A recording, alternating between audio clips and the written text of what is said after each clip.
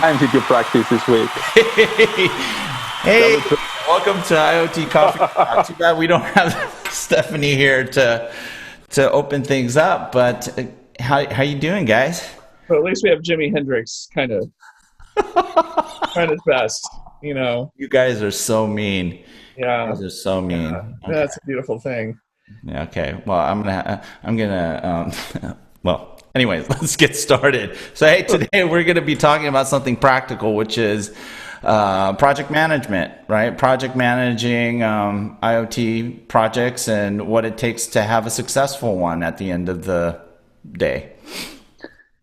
Wow. Maybe let's describe what is a successful IoT project, no? Oh, wow. What do you think? Yeah. Mr. Open Balena. Yeah. Tell us, give us what does success entail?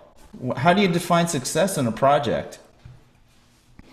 Yeah, that's a very good question. I'm not sure there is only like a one unique answer. For me, success would be to have a project that an IoT project that scales, that has a clear return of investment or a clear business model, and that it evolves during the time. You can upgrade it with hardware or software during the next years or month or whatever. You can totally tell Mark is a nerd, you're a techno nerd given your answer.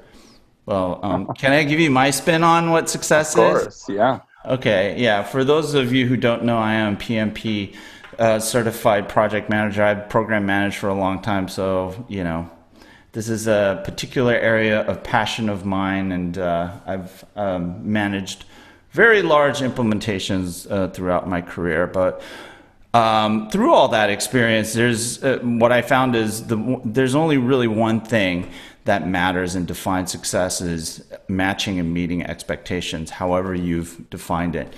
And that there's a lot of things that contribute to that expectations, right? And so I think that's simply it. Whether you are meeting expectations from a variety of different perspectives, technical perspectives, whether it's the functional stuff, it's the technical stuff, non-functional, functional stuff, to the business value that you're talking about, the business cases and stuff like that. So, I mean, if there's a singular thing that defines success is just, you have stakeholders, they bought into the investment, you're meeting expectations in some form. And, sometimes that form ends up being a little bit different from what you started with. And that's the other thing that's really challenging, right? And especially today with IoT and how I saw this diagram or a slide that was presented at Huawei Mobile Broadband forum, and it was by a partner at Roland Berger, and he said 70% of digital transformation projects fail. Think about that for a moment. And so I actually did a post on LinkedIn and said, okay, well, let's think about who's advising these companies in their quote unquote 70% of the failure. And a lot of it just boils down to expectations. I've said this for a very long time. With emerging technology, with the leading edge stuff, you typically have expectations that are set way off from what actually can be delivered. And so, I'm so glad that you suggested that we start off with that. What is success, right? Because then you have to figure out what is failure, and it's the direct opposite. It's not meeting expectations. That's it. Exactly. So now you define it super well. Yeah, I will steal that definition from now. So expectations, it's key. Yeah, absolutely. Yeah.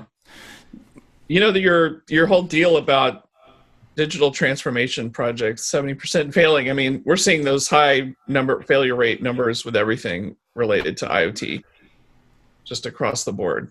So what's the common thread? Why are they all failing? Yeah. You know, What are your maybe thoughts, it is. Obviously a lot of folks who are like trying to chill out, and I remember the early days of IoT, even though it's a long thing. There used to be this discussion that, this is a board level decision that has to be made at your company because it's so big. And I think people were diving in to do this company-wide boil the ocean transformation that required the board and the CEO to be on, to do it. And then all those projects crashed and burned. You wonder why. Well, as opposed to start small, get a quick win, and iterate, Yeah, but that connects with the POC episode that we talked a couple of weeks ago, right? Yeah. That this POC nightmare that we are still living. It's like, you can have a successful POC, but that doesn't mean that it's a successful project. Right. Yeah. So you can match expectations on the POC, but yes, as now you're saying, it's like, maybe then you go to the board with the results that are pretty successful and match all the expectations that maybe the board asks you, but it don't get into the next step.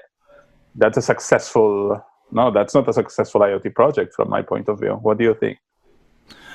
Yeah, you know what? I think the problem with POCs is they are positioned as part of a discovery process. And traditionally, POCs actually weren't necessarily part of the discovery process to figure out whether or not a solution is going to be valuable. It was really to test out, okay, does this thing scale out? Is it technically feasible? And the whole idea of testing the business proposition or the value proposition, that's not what POCs were for. And I think that's one of the big problems that the IoT community ran into, is that they're using POCs to test out the business value. And actually what you're doing with, if you've made a commitment to a solution, you've tested all that stuff, you've vetted it all up front, and it's part of, I think, the program, right? The transformation program. You're committing to improving your business in some way, and then IoT technology should just be enabling factors to that. And a POC, the way that people are looking at them today, should really be phase one rollout. To your point earlier, Rob, I think a lot of IoT projects that become these board decisions or depend on board decisions and are these large big bang implementations, you run into big problems, because a lot of these technologies are not familiar to the people who within the organization. They don't know necessarily how to make judgments about what the solution should look like, how it should be implemented, and sometimes the people who are implementing the technology don't know. They're learning on the fly. I mean, that's like sort of that dirty secret about the consulting industry, is actually you're paying a lot of money for a bunch of people that are wet behind the ears to figure out this technology and implement it for you. And so you're paying for a lot of the mistakes along the way. I know. I've said it. I've been a consultant for a very long time. This is one of the things that you have to be very, very cautious about, but also recognize that for a lot of these emerging technologies, the implementation teams are going to have to go through a certain degree of that learning curve along with you, right? I mean, think about it. Back in the ERP days, you got certified as a Oracle AP consultant. Starting off, you've never implemented it on a global scale, right? You have to try to figure that crap out along the way. And so, eventually you build the chops, right? But then the next technology comes along. No, but I think you're hitting to the core of maybe the bigger problem here. I'm having flashbacks to, discussions of Anderson Consulting backing up the school bus to your skyscraper to come work on this multi-million-dollar project where they're learning on the job or whatever, or the deliverable is a bunch of paper. And then they sub out to regional or local consulting firms that actually do the real work. Maybe that's the problem. I've looked, how a lot of times we look at who's making money in IoT, is it the platform players? Who is it? Is it the hardware? And time and again, if I look at the pie chart, it's the SIs, the system integrators, the consulting firms. They're the ones who are making all the money in IoT. They didn't invent anything as far as this mega trend, and yet they're the ones making all the money. And you're like, okay, maybe I get that, because IoT is not like building an app for my smartphone. It's a big project every time. Even if you're trying to do some little thing, it's still like a consulting gig is what it is. And so I guess it shouldn't be a surprise that the global SIs are making the lion's share of the revenue off of the IoT megatrend. And then you have to go, okay, well, if that's the case, are they getting trained properly? To do, and what are they being trained on? Maybe they're being trained on one particular IoT platform,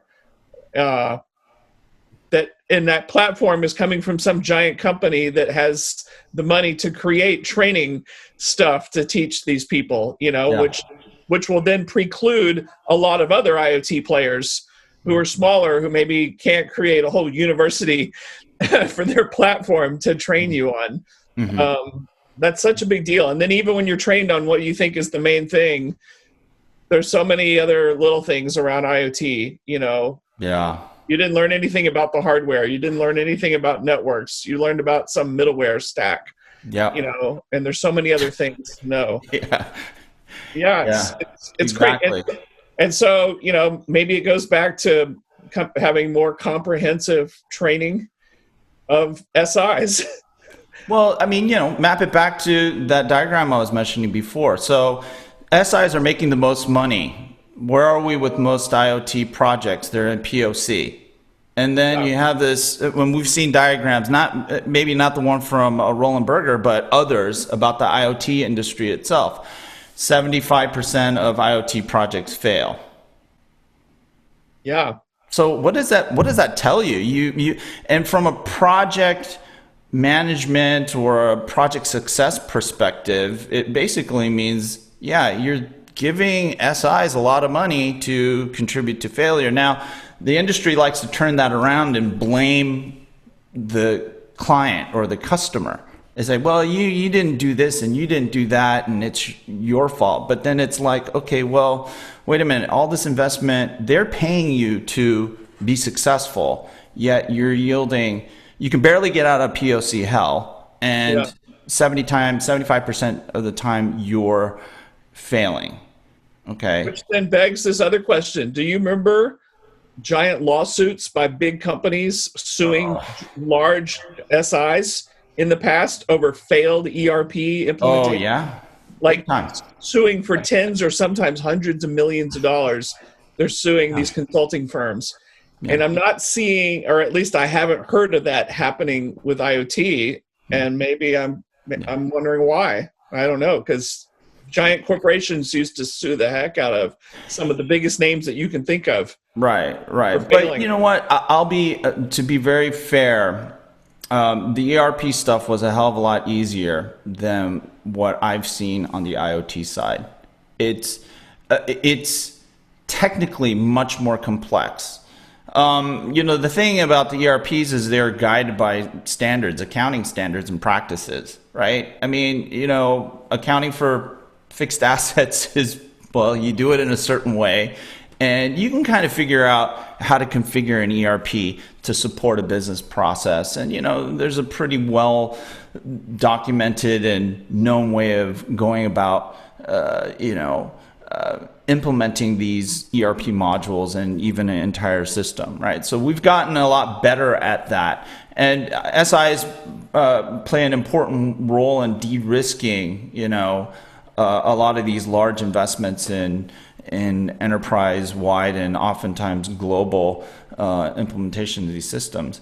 But IoT is technically extremely complex. right? And a lot of it just happens is because you have to do this translation from this really esoteric technical stuff that's not only a blend of IT, communication technology, and OT technology. You have to somehow translate all this stuff all the way up the stack. Yeah. And that's friggin' hard.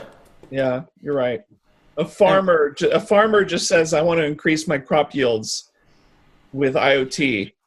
They don't know what that means or what they're even saying, or what are the 1,000 things I have to go do to make that. You're right. You know, it's picking out hardware sensors. It's creating wireless connectivity where maybe connectivity doesn't exist. It's capturing, there's so many different things, and the average customer has no idea. I read an article about this IoT thing, how it's going to help me. I don't. And if the customer doesn't know that, and so they call, hey, I'm calling my local consulting firm.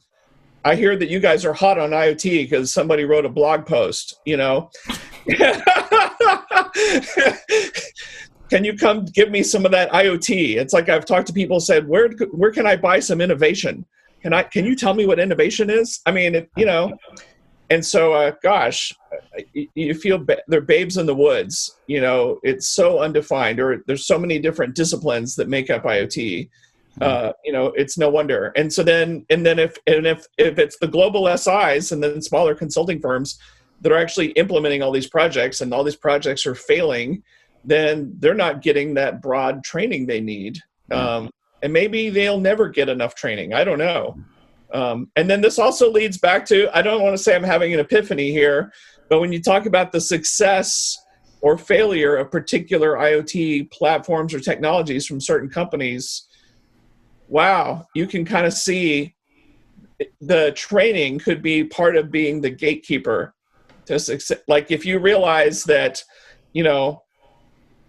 Mark has built XYZ IoT platform, his success or failure of his platform may not just be based on how good it is or how well it delivers. It could be, did he deliver broad training and his own university to SIs around the world? Because if he didn't, but Microsoft did, or Amazon did, what do you think is going to happen? That's an awesome point. Yeah. It sucks, but it's true. Probably, Yeah, absolutely. No, that's true. So big corps can easily get into big contracts first because of sales. No, it's a proportion. So if you have X budget as a small company, as a small medium enterprise, this big corps has that budget by 1,000. So it's so this is why you need to get into new types of marketing or growth hacking, or I don't know how to call it. But getting into the certification, as you said, so IoT, it's a very complicated topic. So you can get from hardware to connectivity to microcontroller firmware to edge. I'm not sure it's that easy to make a certification or a training to people. And even like that, you already mentioned, I think, Rob, a big project that gets selected for the consulting firm XYZ. I'm sure that they will use a local SI that it's not certified or didn't have that training. So that's the nightmare as well of these type of projects. It's like the consulting nightmare. So every time you get like a junior developer every time you get this junior developer in front of a project that never heard about that.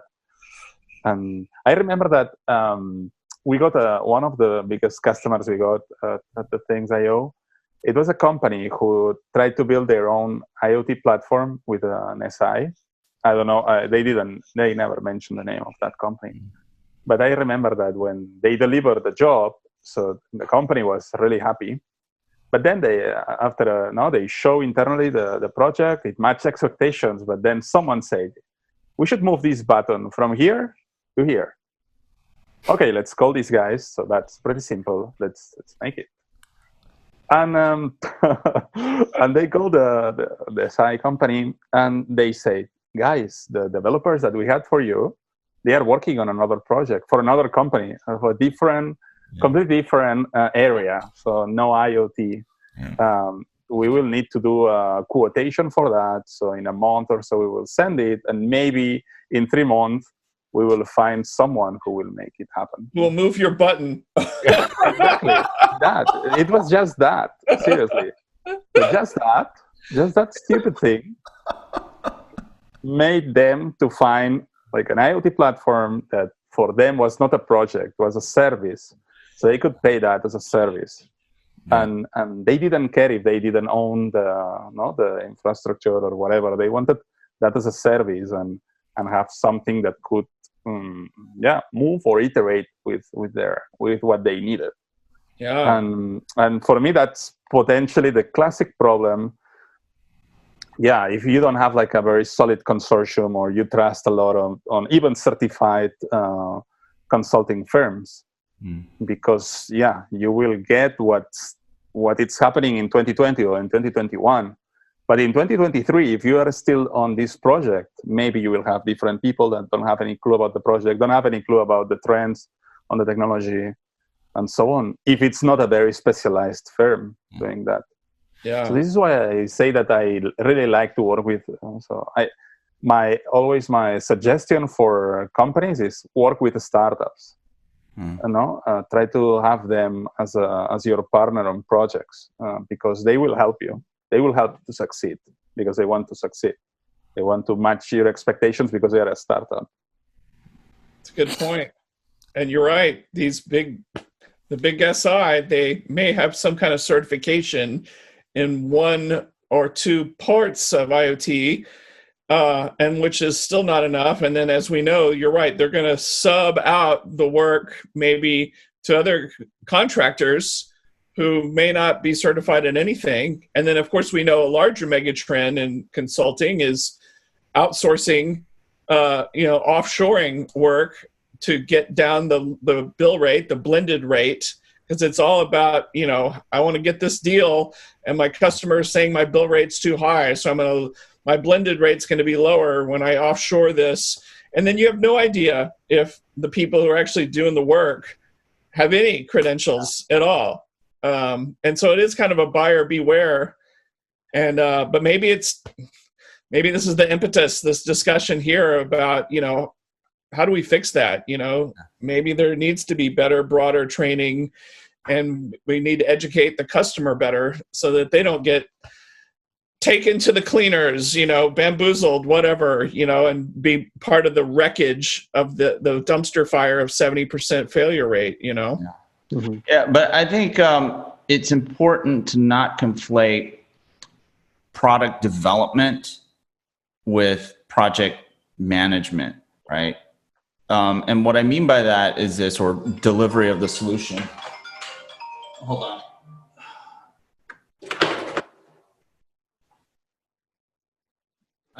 Sorry about that. Today I was watching a keynote from Sigfox conference. I can tell that.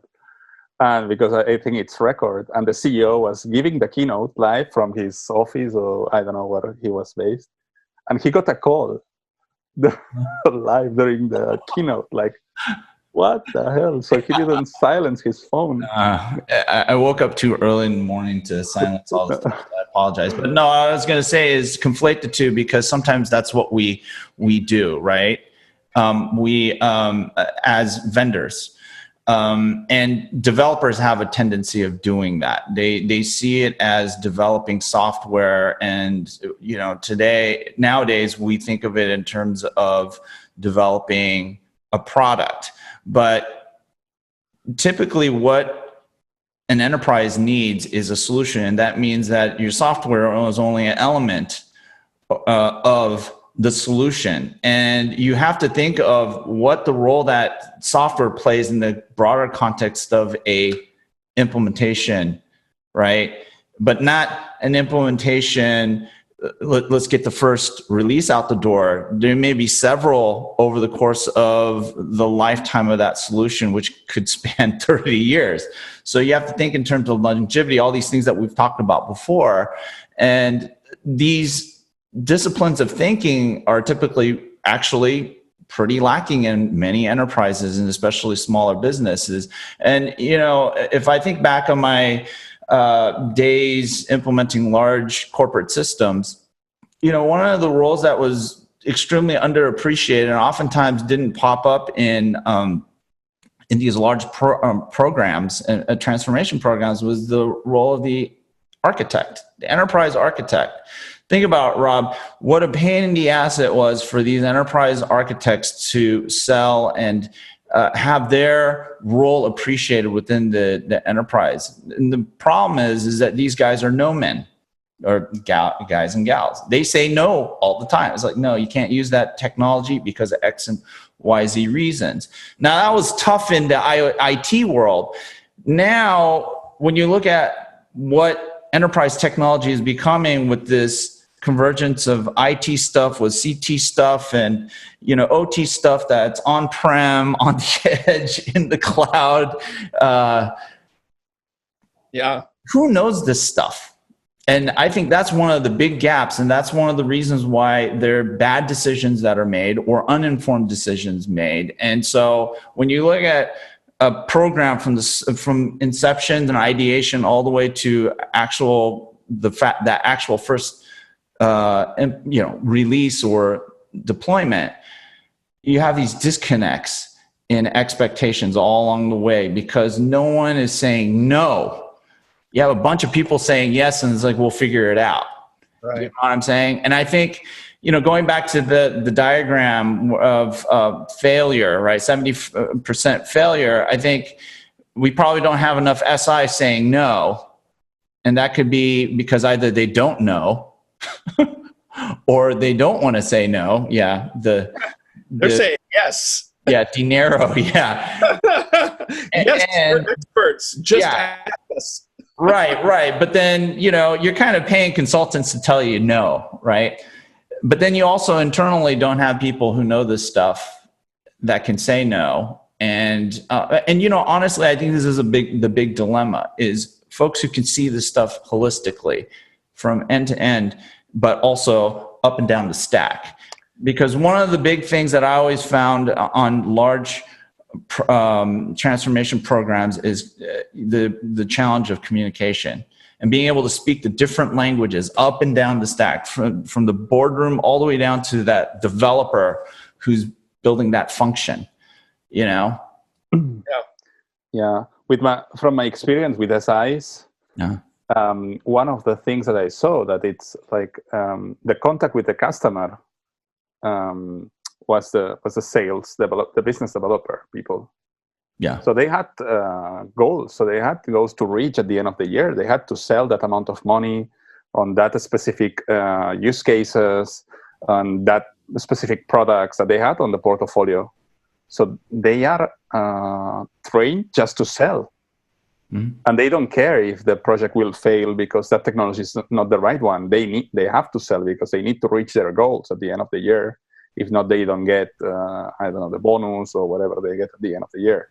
So that's the main problem. The main problem is that sometimes business developers or sales teams are educated to reach their business goals, but they don't care about anything else. Someone else, the project manager will discover the disaster and will deal with the customer. I don't care. I will not see this customer anymore. Well, that's a problem. As an end user looking at SIs to work with, that's why one of the things you want to look for is, does this organization have a delivery excellence group? Sort of this quote unquote neutral party within their consulting organization or their SI organization that ensures successful delivery.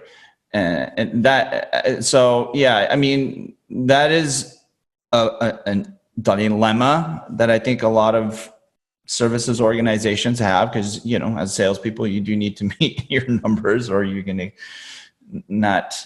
probably not have a job. But the organization itself also wants to ensure customer success. So, I mean, that's an important thing to vet. So that just a piece of advice for those who are, issuing RFPs to various SIs to do IoT work. I mean, that's particularly important for any project, actually, vetting of vendors. Yeah. But I see what you're talking about. Exactly. Maybe before accepting a project, just tell to the business development people, hey, bring me an architect to the meeting. No, I want to meet your technical, your expert guys on IoT. Yeah. Maybe that's a good advice. Not just be convinced by salespeople. No? Yeah, but I'll tell you, I don't think that's good enough. I've sat in vendor presentations where they brought the deep technical dude, and I've seen some architects sit there and not even understand what's being presented to them. They don't understand 5G.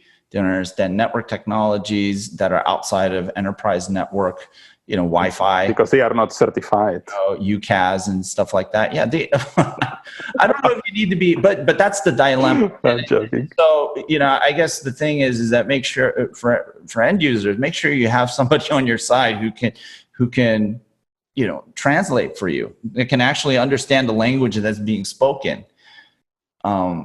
That, to me, in my experience as an analyst now, is what I think is the biggest gap. I call it the knowledge gap. It's getting bigger and bigger and bigger because this stuff is getting so complex just because it's getting overloaded.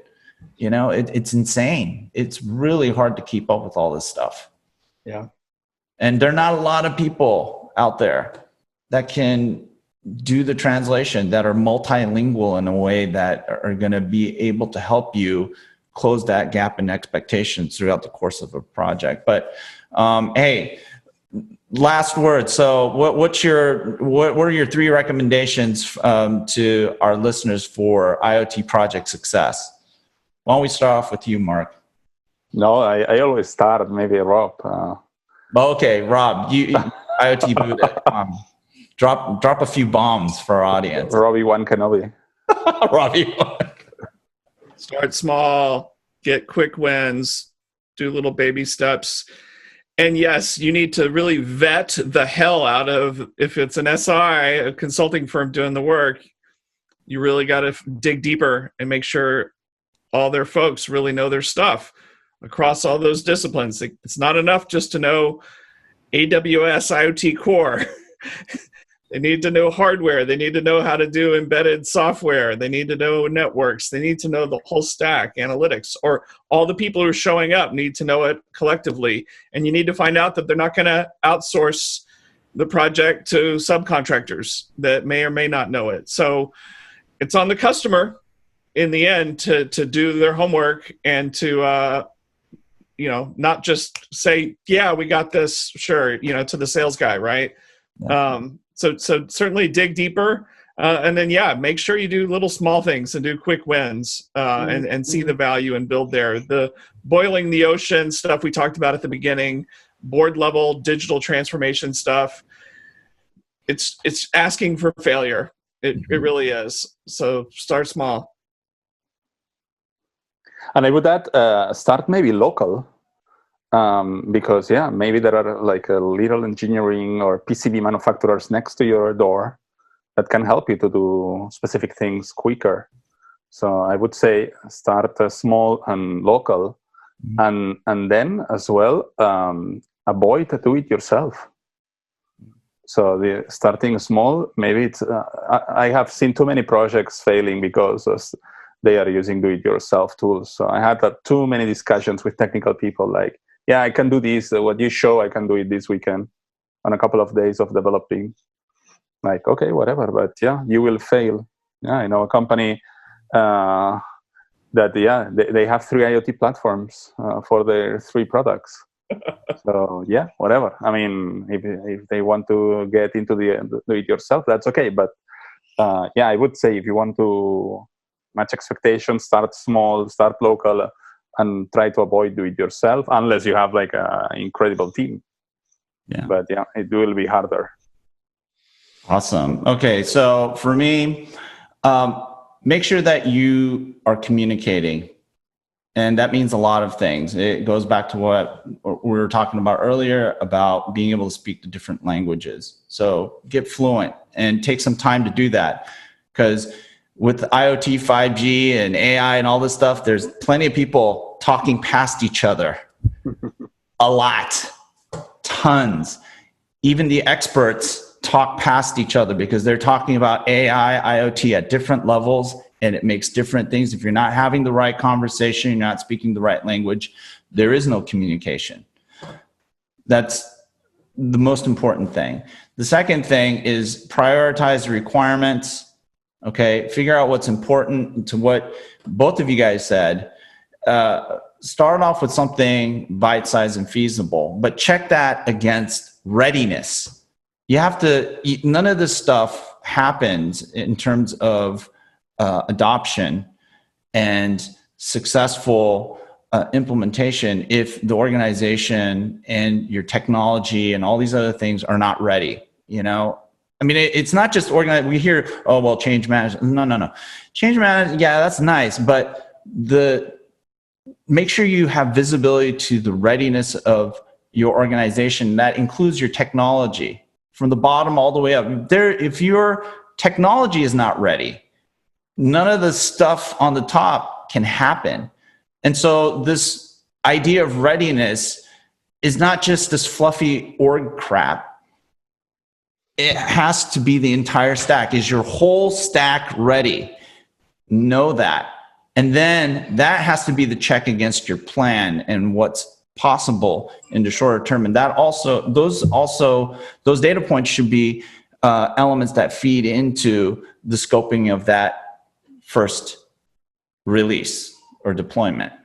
And then this third thing is don't deploy MVP, minimum viable product. That's part of your development lifecycle for your implementation, right? Put out releases that are great.